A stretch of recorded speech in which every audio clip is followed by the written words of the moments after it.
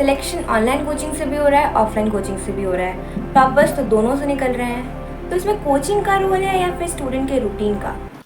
Hi guys, my name is Shreya Tripathi and I am MBBS first year student in MBA SMC Basti. Coaching online करें कि offline करें, इसमें कितना doubt आता है ना। तो आज मैंने इसे 6 कैटेगरीज में डिवाइड किया है, जिसे देखने के बाद आप क्लियर हो जाएंगे कि आपके लिए कौन सी कोचिंग बेस्ट है। तो सबसे पहले स्टार्ट करते हैं एटमॉस्फेयर से। ऑफलाइन कोचिंग और ऑनलाइन कोचिंग दोनों में एटमॉस्फेयर बहुत डिफरेंट रहता है। ऑफलाइन कोचिंग में आपका बैच होता है जिसमें 60 to 80 बच्चे रहते हैं। ऑनलाइन कोचिंग में आप अपने रूम में बैठ के आप पढ़ाई कर रहे होते हो, टेस्ट दे रहे हो, तो सब कुछ आपका एक रूम ही होता है। तो हाँ, अगर आपके आसपास बहुत सारे बच्चे हैं तो आपको एक अलग तरह का डिसिप्लिन आता है, एक अलग तरह का मोटिवेशन आता है कि हाँ, मैं बाकी लोग पढ़ रहे हैं तो मुझे भी ऐसे पढ़ना है। बट वही है कि अगर आप ऑनलाइन कोचिंग कर रहे हो तो आपको सेल्फ मोटिवेशन लाना पड़ता है। ऑनलाइन कोचिंग में जो बोलते हैं ना, माहौल नहीं रहता। दूसरा हम बात करते हैं कॉस्ट की। तो सबको पता है कि ऑनलाइन कोचिंग और ऑफलाइन कोचिंग में जो कॉस्ट होती है उसमें ज़मीन आसमान का अंतर रहता है। जहाँ ऑफलाइन कोचिंग में लाखों लगते हैं, वहाँ पे ऑनलाइन कोचिंग आपको 4 to 5,000 में अवेलेबल रहती है, जिसमें क्लास भी रहेगी, प्रैक्टिस भी रहेगा, टेस्ट भी रहते हैं। तो online coachings are very budget friendly. Now comes time. Online coaching में आपको कहीं पर ट्रैवल तो करना नहीं है, अपने रूम में बैठे रहना है। बट ऑफलाइन कोचिंग के लिए ना आपको काफ़ी दूर ट्रैवल करना पड़ता है। जैसे मेरे केस में क्या था ना, मेरी कोचिंग नेट 1 घंटे दूर थी मेरे घर से, तो मुझे 1 घंटे मेट्रो में ट्रैवल करना पड़ता था। अब उसमें क्या होता था कि मैं ट्राई करती थी उसको यूटिलाइज़ करने का, कि मैंने जो शॉर्ट नोट्स बनाया उसको रिवाइज़ कर लो, या फिर अपने नोट्स को रिवाइज़ कर लो, फॉर्मूलाज रिवाइज़ कर लो। या बट मेरे को ना ऐसा नहीं होता कि आप मेट्रो से उतरे, फिर आपने नेक्स्ट मेट्रो चेंज की, फिर नेक्स्ट मेट्रो चेंज की।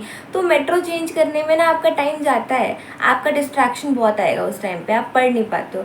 तो मैं बहुत ट्राई करती थी बट मेरे से नहीं होता था।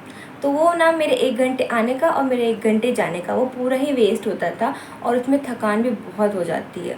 अब आता है डिस्ट्रैक्शन। वो तो दोनों में हो सकता है। अगर मैं ऑनलाइन कोचिंग की बात करूँ तो फ़ोन है आपके हाथ में, फ़ोन है मतलब इंस्टा भी है ना, यूट्यूब भी है, नेटफ्लिक्स भी है, प्राइम भी है। तो मतलब आप जो मन करा, अभी थोड़े से बोर हुए तुरंत इंस्टा स्क्रॉल करने लग गए, टाइम का पता ही नहीं चला। सोचा था 2 मिनट इंस्टा स्क्रॉल करूँगा, 20 मिनट हो गए, पता ही नहीं चलता है। ऑफलाइन कोचिंग में फ्रेंड्स हैं, पूरा एक गैंग बन जाता है, एक ग्रुप बन जाता है। वो ग्रुप कहेगा कि चलो अभी घूमने चलते हैं, चलोगे आप, है ना? नहीं जाओगे तो फोमो आएगा कि यार मैं गया नहीं। तो डिस्ट्रैक्शन दोनों में है, मैनेज तो आपने करना रहता है। अब आती है ऑनेस्टी मतलब, है ना, ऑनेस्टी का क्या काम है इधर। जब हम टेस्ट देते हैं ना तो सबसे मेन चीज़ जो होती है वो हमारी ऑनेस्टी होती है। अब जैसे आप ऑफलाइन सेंटर में बैठे हो, चीटिंग करने वाले इन्विजिलेटर खड़ा है, उसके सर के सामने खड़ा है, तो तब भी कर लेंगे। जिसको नहीं करनी रहेगी, यार इन्विजिलेटर नहीं है, क्लास में कोई नहीं है, वो तब भी नहीं करेगा। वैसे ऑनलाइन कोचिंग में आपके पास तो बगल में ही बुक रखी हुई है, बगल में ही आपके शॉर्ट नोट्स रखे हुए हैं, बगल में ही फॉर्मूला शीट रखी हुई है। करने वाले उसको देख लेंगे क्योंकि आपको कोई देख तो रहा नहीं है ना, कोई आपको आके चेक तो कर नहीं रहा है। पर जिसको नहीं करनी रहेगी चीटिंग ना, उसके वो सामने वो सेम फॉर्मूला रखा हुआ होगा, जिसको नहीं आ रहा है वो देखेगा नहीं।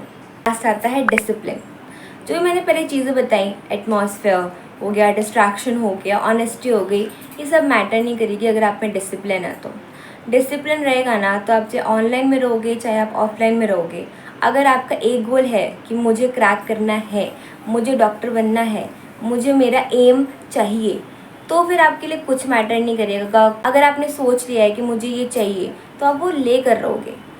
तब आपके ऊपर किसी को खड़ा होकर बोलना नहीं पड़ेगा, यार तुम ये मत करो, तुम डिस्ट्रैक्ट मत हो, तुम्हारी ऑनेस्टी में कोई कमी है, कोई नहीं बोलेगा। तो हर चीज़ आती है डिसिप्लिन। सो गाइस, कोचिंग आपको गाइड करती है। कोचिंग का एक काम रहता है आपको गाइडेंस देना, है ना। आपको जो नहीं बोलते मार्ग दिखाना, वो कोचिंग करेगी। जिसको कुछ नहीं पता कि नीट क्या होता है, कैसे होता है, कैसा पेपर आता है, कोचिंग आपको बताती है कि भाई देखो ऐसा पेपर आता है, ये पैटर्न रहता है, ऐसे OMR भरते हैं, इतना टाइम लिमिट रहता है, ऐसा एटमॉस्फेयर रहेगा वहाँ पे, वो आपको कोचिंग बताती है। बट पढ़ना आपको है, सिलेक्शन आपको लेनी है ना। अगर आप आज ऑनेस्टली टेस्ट नहीं दे रहे हो तो ये आपका लॉस है, कोचिंग का लॉस नहीं है। अगर आप डिस्ट्रैक्ट हो रहे हो, इसमें कोचिंग का लॉस नहीं है, ये आपका लॉस है। डिस्ट्रैक्शन दोनों में है, एटमॉस्फेयर आप बनाते हो, है ना। क्लास में अगर 50 लोग का बैच है, उसमें 40 लोग नहीं पढ़ रहे पर 10 लोग पढ़ रहे रहते हैं। हो सकता है वो 40 लोग शोर कर रहे होंगे बट वो 10 लोग अपने में लगे हुए हैं।